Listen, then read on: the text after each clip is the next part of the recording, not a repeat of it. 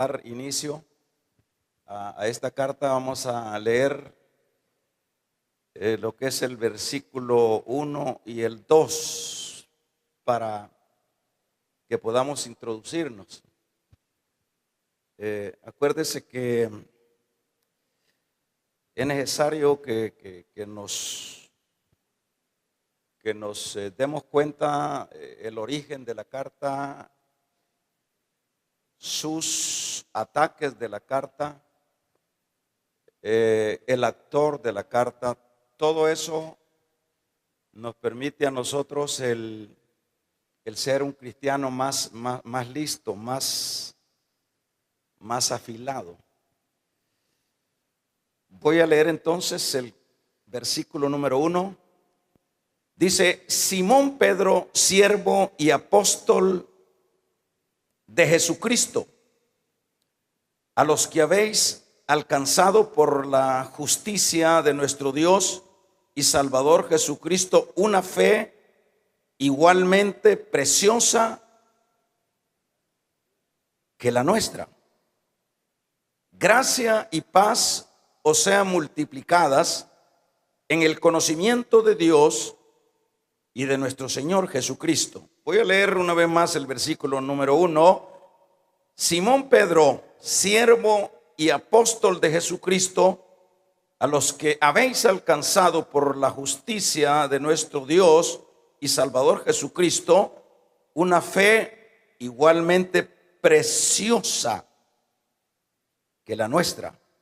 Gracia y paz os sean multiplicadas en el conocimiento de Dios y de nuestro Señor Jesucristo.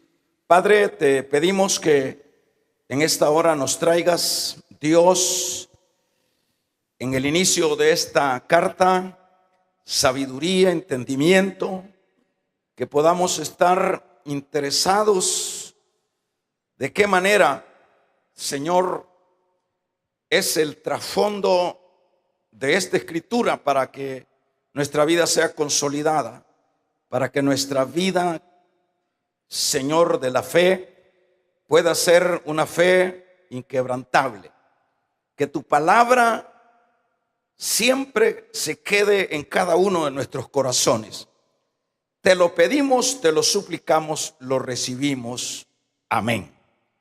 Vamos a tomar nuestros lugares.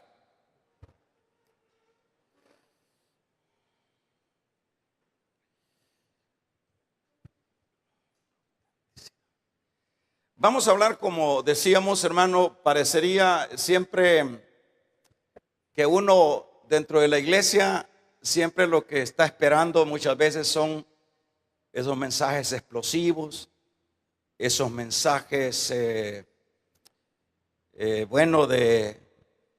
algarabías, mensajes que muy compenetrados en lo que sería los asuntos puramente de entendimiento humano. Pero es importante que dentro de la iglesia nos vayamos también, sobre todo, acostumbrando a conocer, a recibir no solo los mensajes evangelísticos, los mensajes que aparecen o que se dan con respecto a la palabra del Señor, sino que aprendamos a estudiar la Biblia. El creyente que estudia es el creyente que va a ser estable en el correr de la vida cristiana.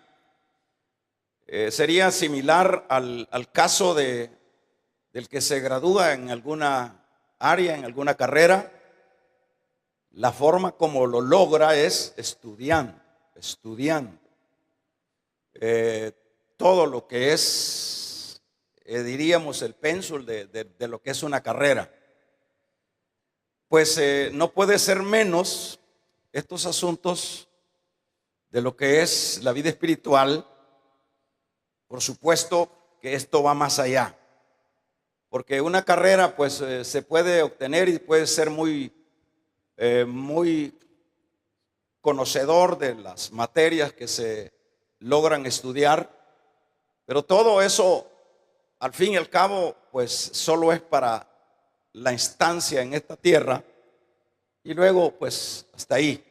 Pero los asuntos de Dios son asuntos que trascienden a lo eterno. Y por eso es que diríamos que esto es lo más importante, sin dejar lo otro. En esta ocasión vamos a hablar, como dije, a manera de introducción. Vamos a hablar de la autenticidad de la carta de Pedro. Autenticidad. Vamos a iniciar con esa idea. Y vamos a hablar de la autenticidad de la carta de Pedro en contraste de la primera carta. La primera carta de Pedro es una carta que la aceptan todos los padres de la fe, los teólogos conservadores. No tienen discusión o no tienen ninguna duda de que su autor fue Pedro. Y en este caso, cuando vemos ya el asunto de lo que es la segunda carta, que es esta que vamos a empezar, esto pues ya tiene ya no la misma idea y la misma aceptación de lo que es la primera carta de Pedro, como siendo él el autor. En este caso ya difiere. Y en esto de qué difiere es que vamos a ver, el asunto tiene de alguna manera afectaciones en la vida del creyente por el hecho de que de alguna manera los estudiosos de la antigüedad, es decir, de los primeros siglos, es más, del primer siglo, ellos, aun cuando dudaron un poco de lo auténtico de la carta de Pedro en el sentido que fuera él el actor, pero dentro de lo que es el fondo de estos 3 capítulos, que son pues 3 apenas, ellos llegaron a la conclusión que era Pedro el escritor, que era Pedro el actor. Y eso es importante porque ellos llegaron a aceptar que era Pedro el actor de la segunda carta por las evidencias internas. Y esas evidencias internas las vamos a ir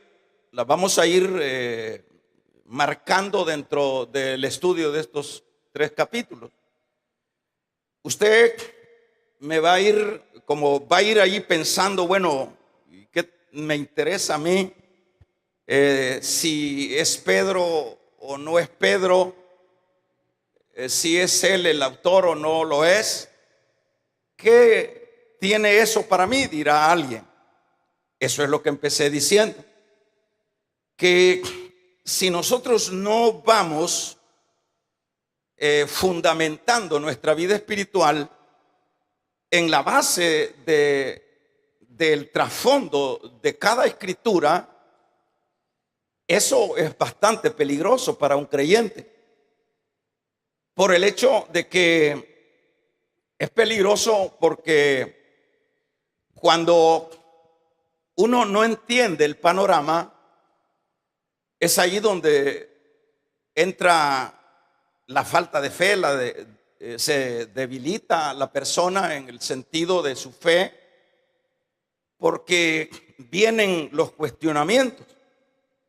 Y eso es lo que sucede con esta carta. Por eso yo tuve a bien que explicáramos esto, y se lo voy a decir porque es necesario explicarlo, porque yo podía empezar ya a desarrollar lo que es la carta con el versículo 1, hablar de qué manera Simón Pedro siervo de Dios, apóstol de Jesucristo, se presenta.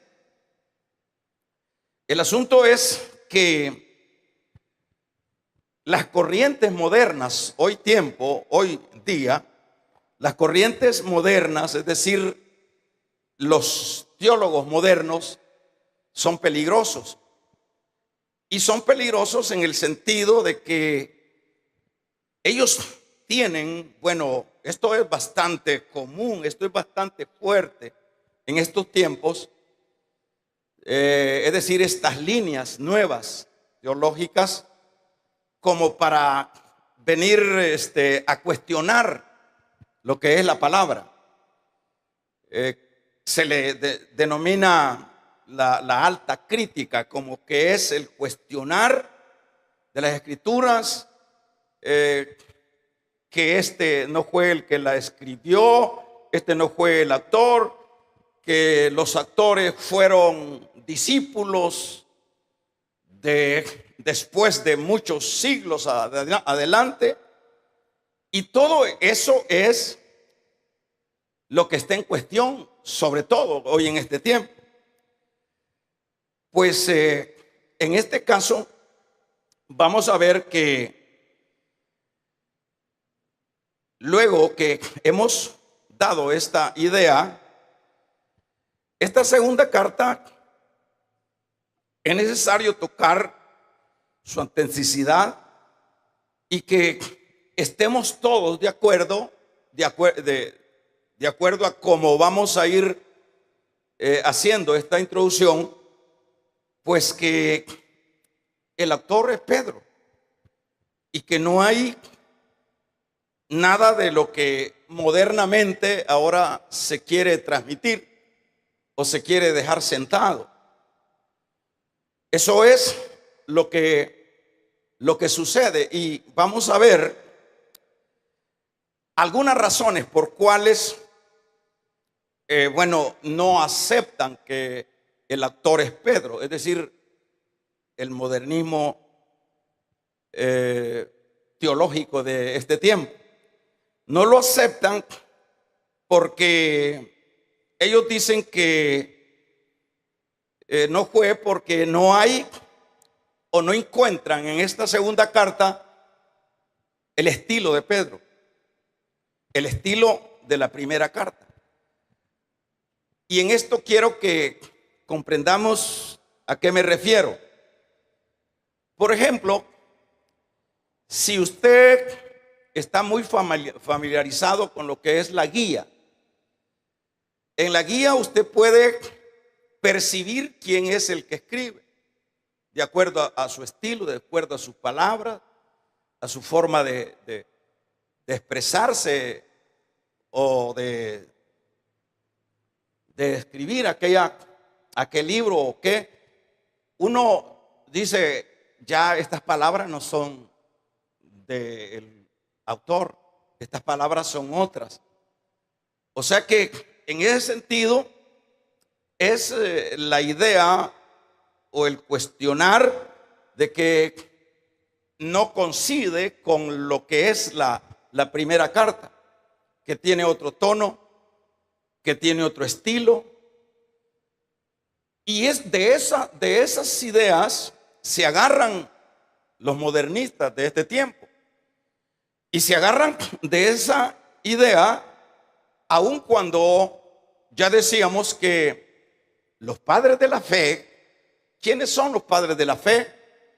Los padres de la fe, pudiéramos hablar de muchos, de Ignacio, de Jerónimo, de muchos hombres ¿quiénes eran estos?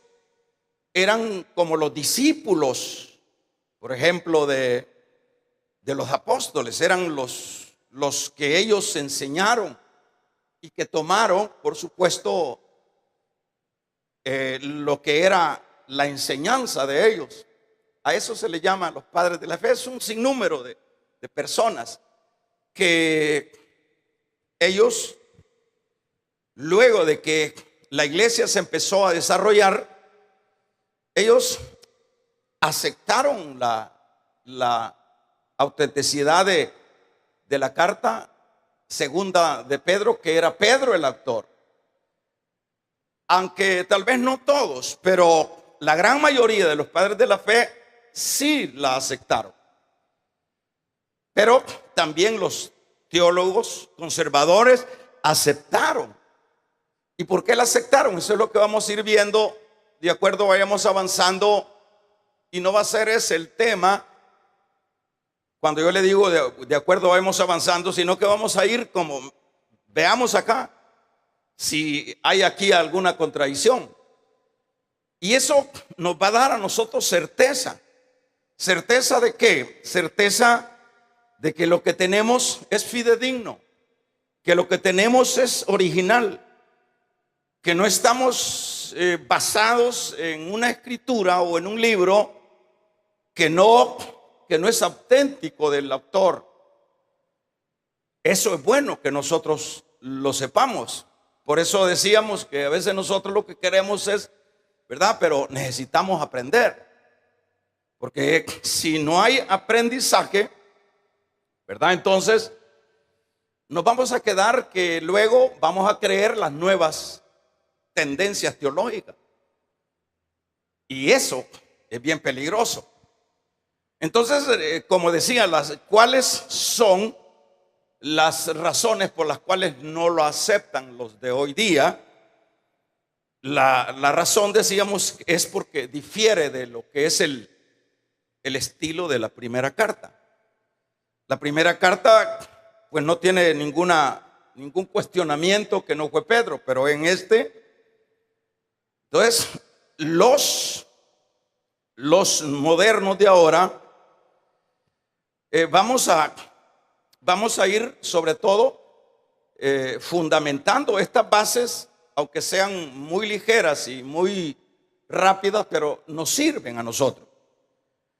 Por ejemplo, decíamos con respecto a lo que vamos a ir corroborando, que son las evidencias internas que fue Pedro, aun cuando no se vea el mismo estilo de la primera carta.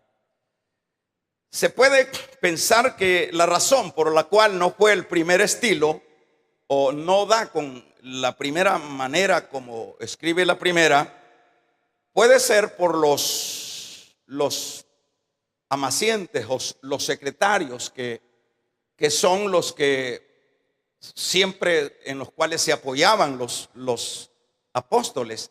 Por ejemplo, Pablo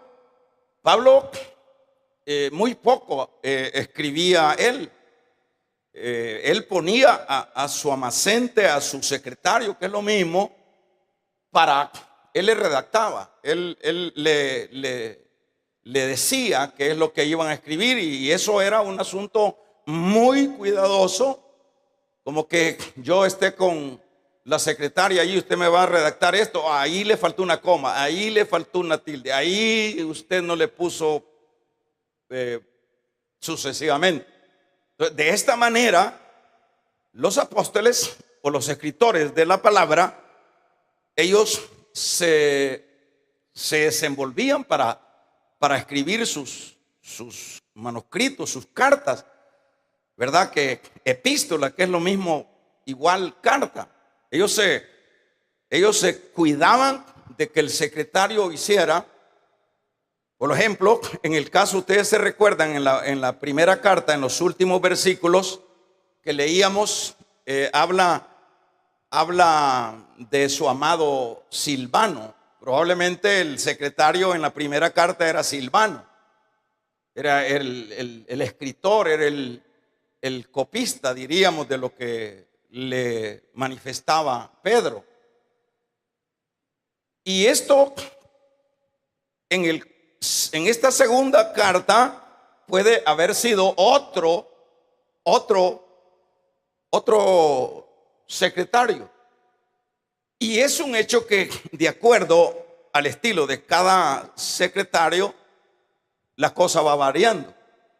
Pero como lo que vamos a ver acá es lo que va a ir corroborando que la carta es genuinamente de Pedro, es porque, repito, lo interno, las evidencias internas van a ir mostrando esta verdad. Decía hace un momento que, por ejemplo, es importante que sepamos esto, nosotros lo va a ir comprendiendo, porque cuando estas líneas de cuestionadores de la palabra del Señor están moviéndole los libros y argumentando que, bueno, por ejemplo, el caso del Génesis. El caso del Génesis, o de los libros 5 Pentateucos que se llaman, que son los primeros libros de la Biblia. O sea, los modernos teólogos, como que un par de capítulos, algunos que otros capítulos, dicen que fue Moisés el que escribió. Y que lo demás de todos esos, sobre todo del Génesis, sobre todo no fue Moisés, ¿verdad? No le dan la certeza de que fue Moisés. ¿Por qué? Porque ellos empiezan a sacar un sinnúmero de ideas de que no podía Moisés tener informaciones, y que estas informaciones fueron extraídas con el tiempo, y que sucesivamente los discípulos de Moisés, o a saber quién de los que aparecen ahí, fueron las personas que escribieron el libro del Génesis y sucesivamente. Por ejemplo, en muchas cartas, todo lo que es la escritura, toda la cuestionan. Dice, este no es el autor. Y también dicen, si hablamos de lo que son ya las cartas, por ejemplo, las cartas de Pablo las cuestionan de una manera terrible, que son los discípulos, luego de algunos tiempos, algunas décadas, que los discípulos empezaron a escribir estas cartas, porque ya no pega que Pablo estuviera con vida todavía cuando estaba escribiendo tal o cual. Por ejemplo, los 4 evangelios. Fíjese que, por ejemplo, esta carta, o más bien los 4 evangelios, por ejemplo, los 4, los ubican los modernistas de ahora, los ubican que no fue Mateo, que no fue Marcos, que no fue Lucas, que no fue Juan el autor de cada uno de esos libros. Entonces, cuando usted escucha que no es Mateo, que no es Marcos, que no es Lucas, que no es Juan, yo no sé, porque lo que tenemos que ser dentro de la vida espiritual, debemos de ser, dice la Biblia, mansos como qué, como paloma, pero astutos como serpientes. Es decir, que no nos vayan a meter gol, no nos vayan a meter un gol doctrinal, que no nos vayan a falsear, o que nosotros creamos lo moderno. Nosotros no podemos movernos de lo que ya está prácticamente colocado en los lugares del libro. Ya ahí nosotros no podemos movernos, porque si yo ya pienso que ya no es Mateo el que escribió Mateo, porque ellos tienen argumentos, ellos le dicen Mateo, no, ya estaba muerto, porque esto no pega con Mateo y todo eso. Pero de acuerdo, hermanos, de acuerdo a los también conservadores, estudiosos de este tiempo, es maravilloso cómo a través de pruebas fidedignas, ellos prueban y es una prueba contundente de que ninguno, por ejemplo, de estos primeros 3 evangelios se escribieron después del 70. Es decir, fueron ellos, los mismos discípulos, los mismos escritores que están allí, los que escribieron, tales y cuales, con la excepción de Juan.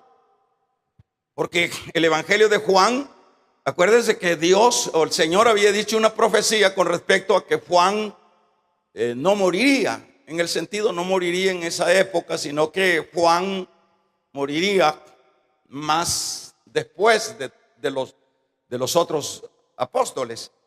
Y eso es lo que, por ejemplo, se cree que Juan fue el discípulo más antiguo y que murió allá por los 90 y pico, ¿verdad?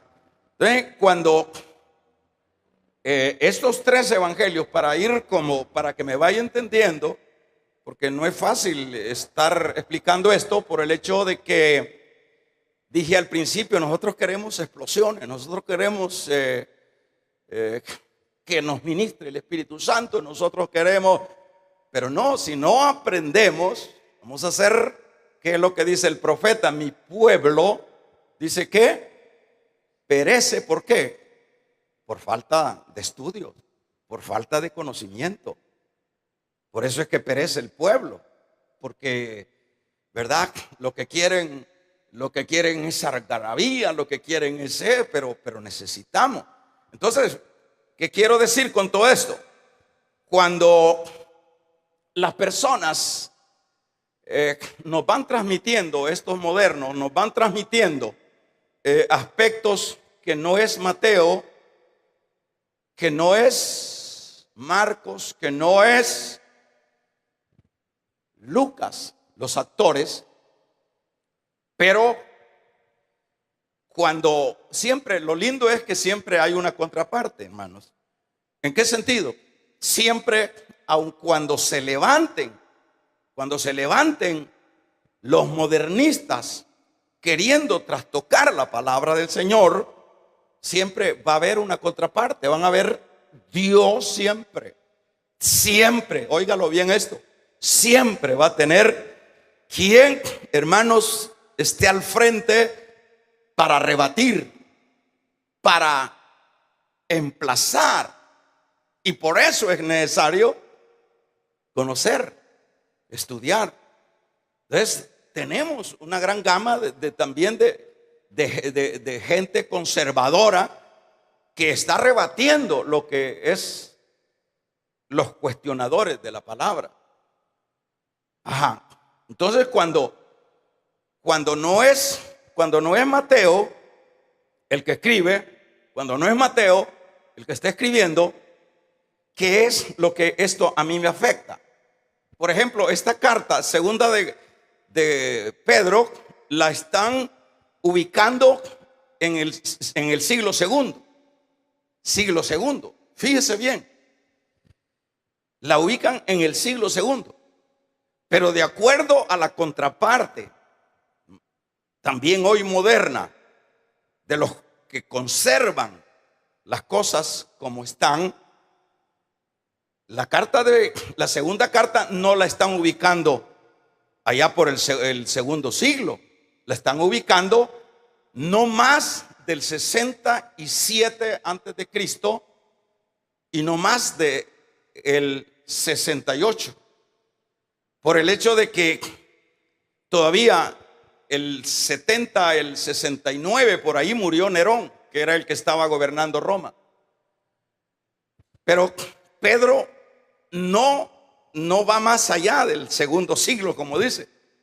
Es decir, el segundo de Pedro fue escrita por ahí, por el año 67 o 68. Es lo más que se estira ahí. Nada del siglo segundo después de Cristo. Estaríamos hablando 200 años después. Ahora, ¿a qué nos lleva esto, hermanos? ¿A qué nos lleva cuando no es un Mateo, cuando no es Pedro el actor? ¿A qué nos lleva? Bueno, nos lleva a que la palabra vamos a ir viendo que no es genuina. Vamos a ir viendo y no es genuina porque si usted usa un poco de razonamiento, y se lo voy a poner de esta manera. Por ejemplo, si usted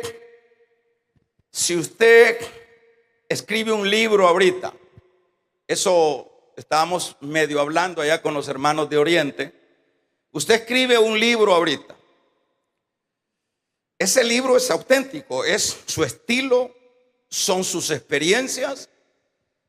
Es decir, ese libro es el que usted escribe, lo escribe de acuerdo al tiempo, las circunstancias que están dándose. Usted lo escribe porque usted lo tiene fresco en la cabeza, que son las circunstancias. Por ejemplo, si ahorita se escribe un libro con respecto a la guerra civil que nosotros tuvimos acá en este país, estamos hablando de ¿cuántos años ya? ¿Están aquí, hermano? ¿De cuántos años estamos hablando? ¿De cuántos, hermano? Ayúdenme. ¿Ah? 35 años. De esos señores que anduvieron en la guerra, ya muchas cosas no se acuerdan.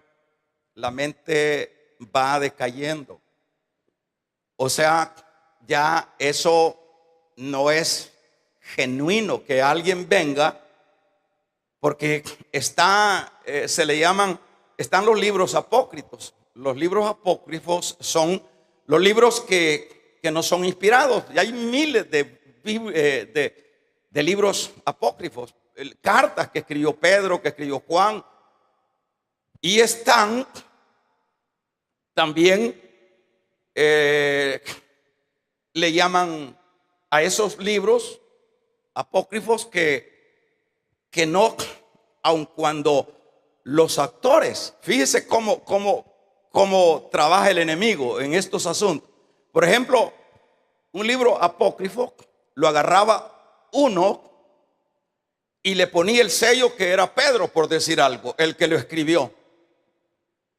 Y ahí están alterando ya el actor, porque si es apócrifo, es un libro que no tiene lo auténtico de el original, de su actor original.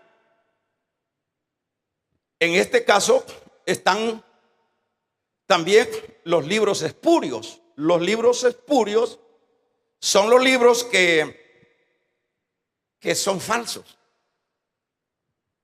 Le digo esto porque dentro de los libros espurios, por ejemplo, en el tiempo de lo que es el tiempo de lo que fue el arranque de la iglesia, luego vinieron los herejes y todo eso, un montón de libros espurios hermanos, que trataban ellos de autenticarlo con la firma de Pablo, que era Pablo el que, entonces, para darle cabida.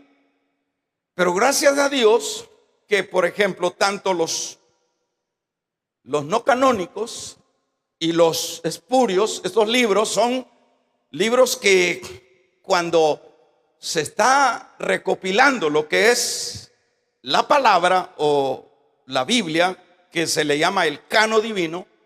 Cano lo que significa es una caña de medir.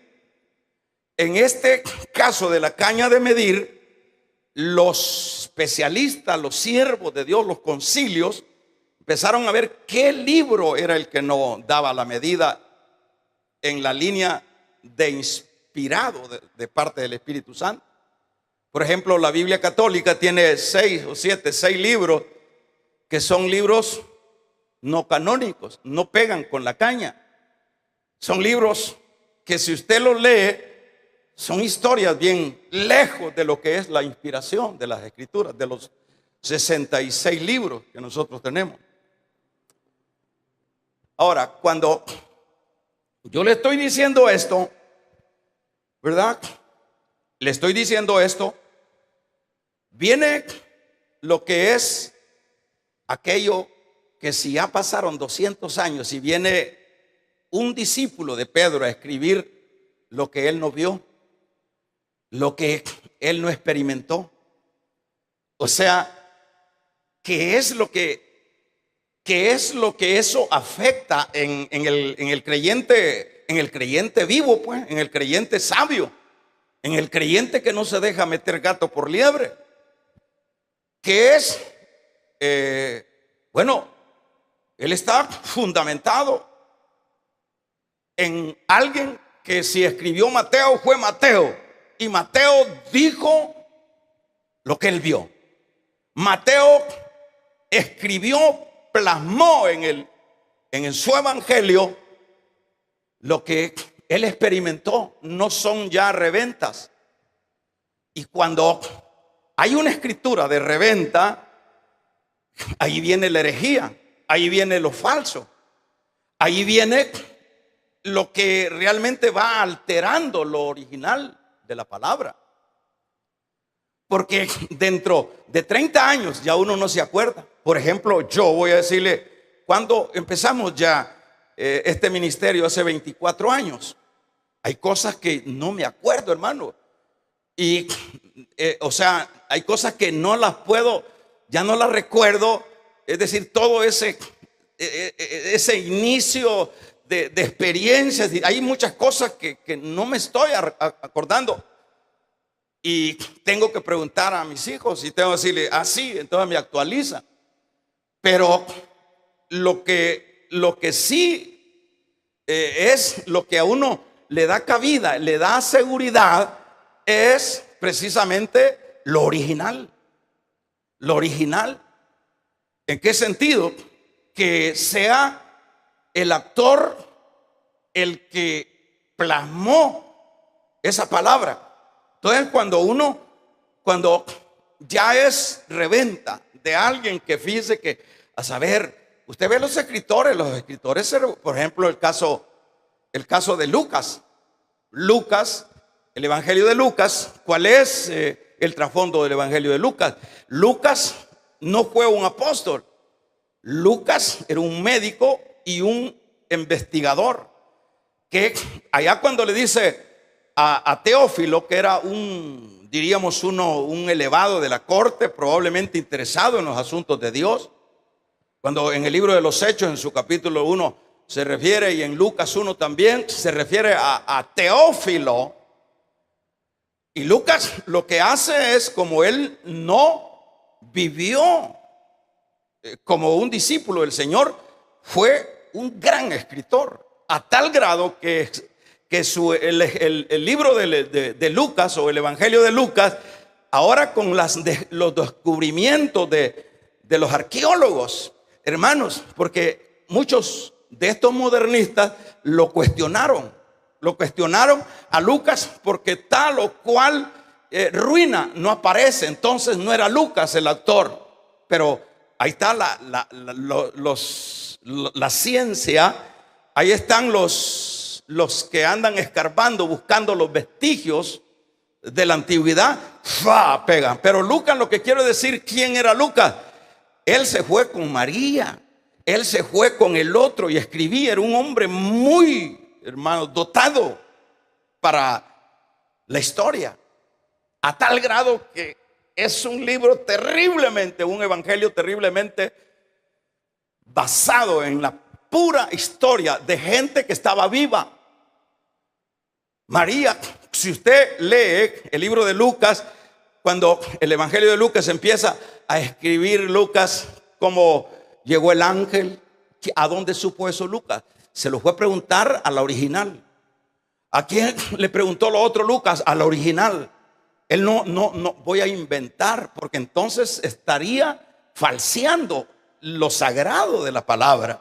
Porque esta palabra no se puede quitarle ni una tilde ni una jota. Vamos a regalarle ofrenda de palmas al Dios de la gloria. Esta palabra no se puede alterar en nada. Entonces, así es como.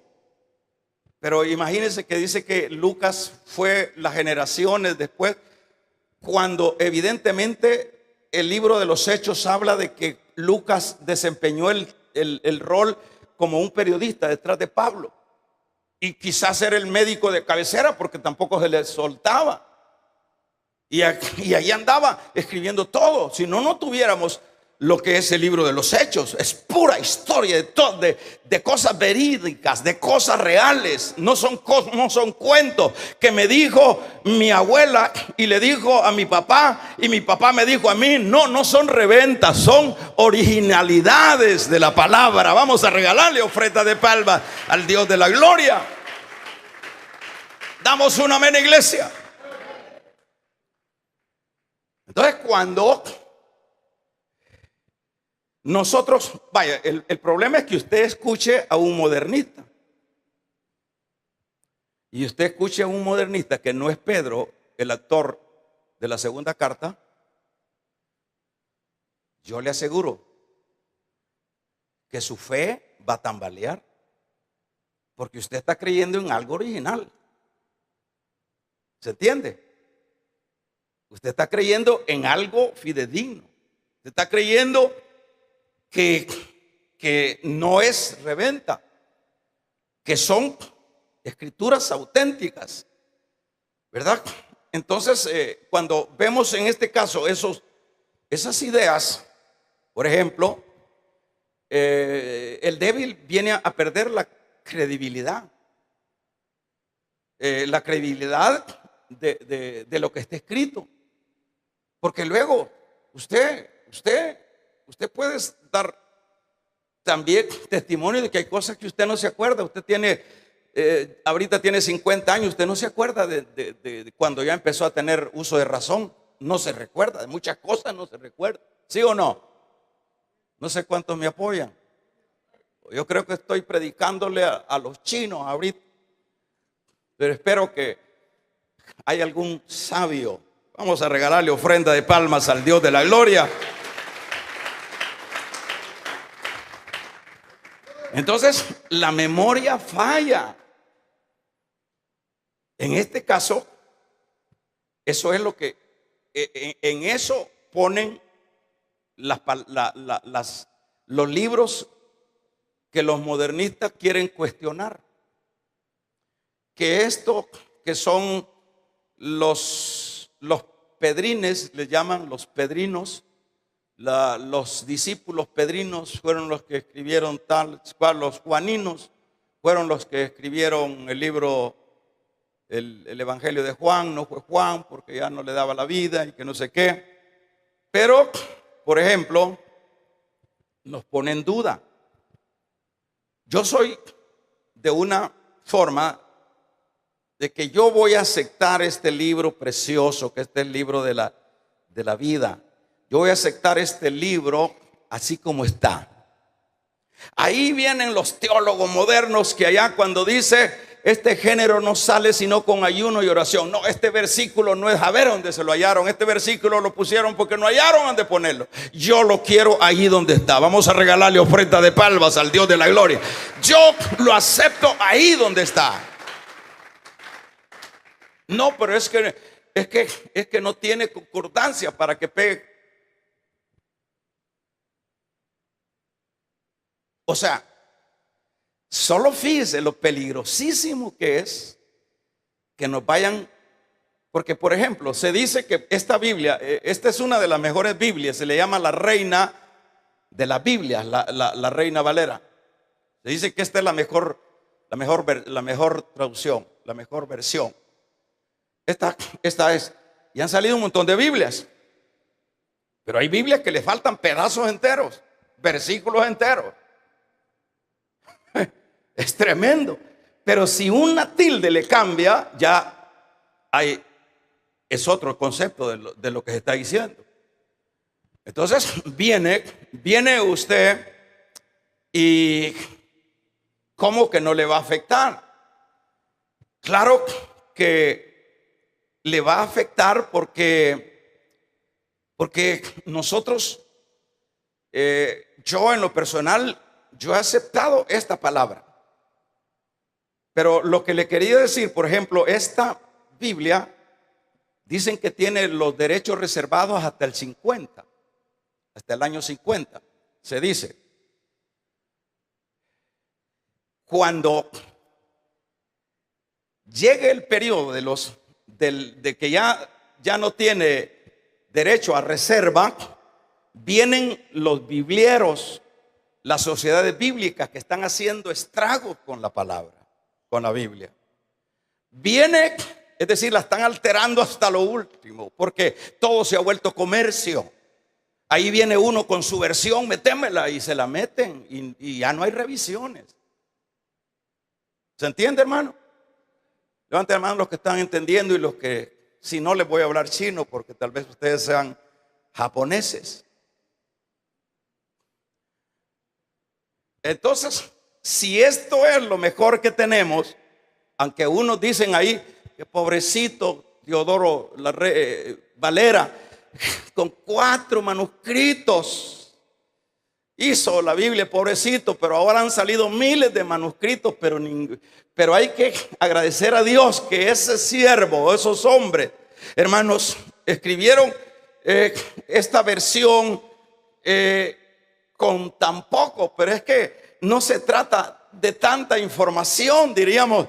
Es que cuando las cosas se van a hacer para Dios y en el Espíritu, no tenemos mayor bendición que el Espíritu Santo nos informa las cosas.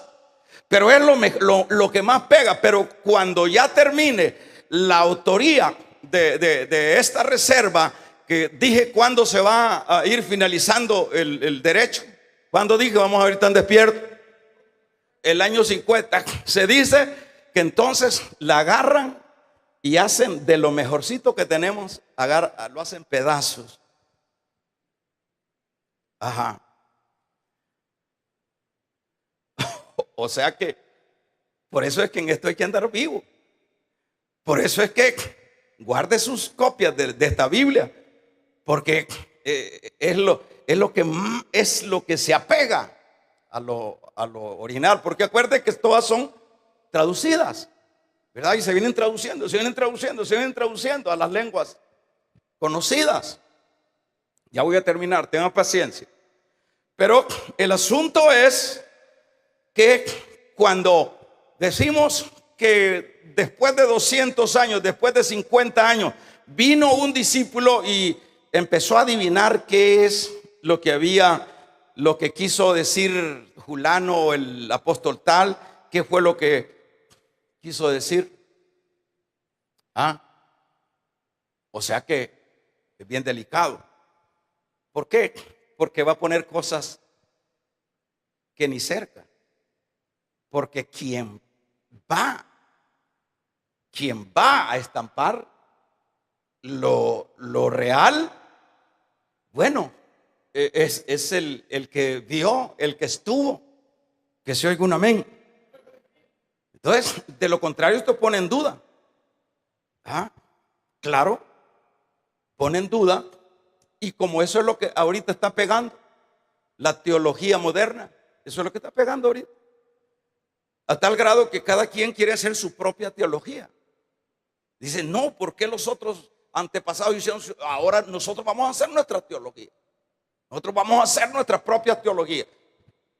Aquí no hay necesidad que estemos buscándole más. Le busquemos 3 patas al gato si tiene 4, ¿verdad? Entonces, hermanos, esta escritura debemos de amarla. Y yo quiero que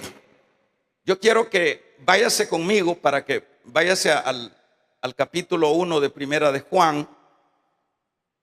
Como, por ejemplo, si yo le doy un testimonio, es que mire, fíjese que a mí me pasó esto, fue así, el terremoto fue así, cayó una casa así y la otra le cayó encima y ahí murió fulana.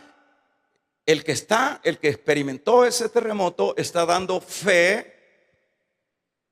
de esa información, está dando una información fidedigna. Y eso es lo que tiene, por supuesto, base.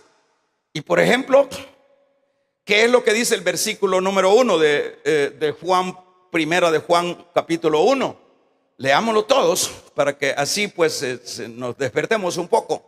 Que dice, lo que desde el principio, lo que ¿qué? Lo que hemos oído, lo que hemos visto con nuestros ¿qué? Con nuestros ojos, lo que hemos contemplado y ¿qué? Y palpado nuestras manos tocante al verbo de vida, porque la vida fue manifestada y la hemos visto y testificamos y anunciamos la vida eterna, la cual estaba en el Padre y se nos manifestó. Este es un testigo fidedigno. Aquí no está revendiendo. Y yo, como no voy a creer esta palabra, si dice lo que oyeron nuestros oídos, lo que palparon nuestras manos. Vamos a regalarle ofrenda de palmas al Dios de la gloria.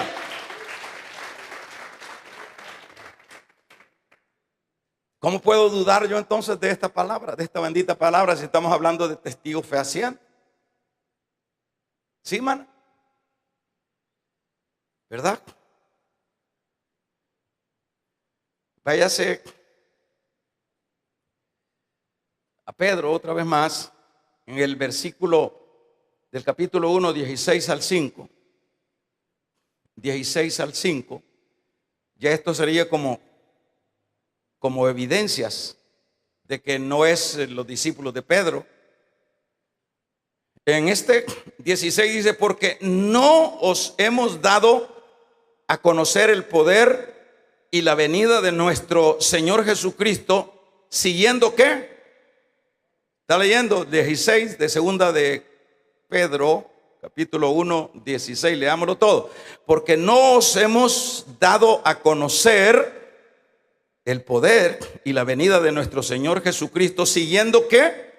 Fábulas artificiosas, sino como ¿qué? Habiendo visto. ¿Con qué? Con nuestros propios ojos su majestad.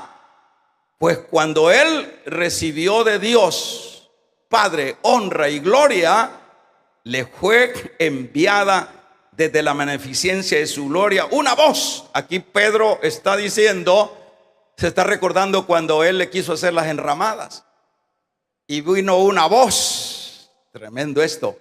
Vino una voz que decía, este es mi hijo amado, en el cual tengo contentamiento. ¿Qué hacemos? O sea que el discípulo de Pedro, después de 200 años, pudo archivar esto, si uno para morirse rápido, hermano, y la gente luego va perdiendo todo el brillo. Pero aquí está hablando de una persona que fue él el que escribió. Aquí dice, oí una voz, testigo fehaciente, que se oiga un poderoso amén. Veamos lo que dice en el capítulo número 1 de segunda de Pedro, versículo 1. Como dice ahí, Simón Pedro, siervo y apóstol de Jesucristo, a los que habéis alcanzado por la justicia de nuestro Señor Salvador Jesucristo una fe igualmente preciosa que la nuestra. Aquí está diciendo, yo no me puedo autonombrar o que vaya Adonías diga, que diga Adonías en un escrito, yo Pedro. Eso es antiético y eso se llama, eso es una alteración, aunque se manejaban en esos tiempos el buscar firmas para que valiera ese libro o esa escritura, aunque era válido, se practicaba. Pero ya alguien que diga, aquí está diciendo Simón Pedro, siervo y apóstol de Jesucristo. Aquí está dando la certeza que no es sus discípulos, que no es alguien lejano que está escribiendo esta carta, esta segunda carta. Ahora, para finalizar, esta carta, aparte de que, por ejemplo, la primera, Pedro, hermanos, se dirigió a una iglesia perseguida, ¿verdad? Se dirigió a una iglesia perseguida. Pero ahora les va a hablar de mantenerse firme en la fe a causa de las oscuras herejías que se estaban dando en los tiempos de esta carta. Tanto Juan, tanto Pedro atacaron las herejías, por ejemplo, de los gnósticos. Los gnósticos tenían una escuela teológica en su estilo, terriblemente heréticas, que todo era contradictorio. Pero entonces, en la primera carta, Pedro trabaja el ánimo para que los destinatarios se levantaran, hermanos, y hicieran frente en medio de las persecuciones. Pero el objetivo ahora de esta segunda carta es, como ya decíamos, es para que se mantenga. Por eso es que dice su preciosísima fe. Está diciendo en el versículo así: basado, dice, por la justicia de nuestro Señor Jesucristo, una fe igualmente preciosa que la nuestra. Ustedes tienen que tener ustedes no se tienen que mover por las falsas enseñanzas. Ustedes no se pueden mover por las herejías. Ustedes no se pueden mover por esto. Ustedes, ese es el trasfondo. Ustedes tienen que ser leales, fieles. Ese es el trasfondo de esta carta. Y por lo menos algo le hemos dado, alguna introducción, para que luego entremos a lo que ya sería irla estudiando. Pero esto nos sirve a nosotros para que paremos oreja, para que no seamos cristianitos que solo se sientan y estáis viendo cómo se van y no anotan nada y tienen una mente tan brillante que es, Dios mío, que se acuerdan hasta del gusto de la bisabuela, ¿verdad? Pero que Dios nos ayude. Pónganse de pie, hermanitos. Vamos a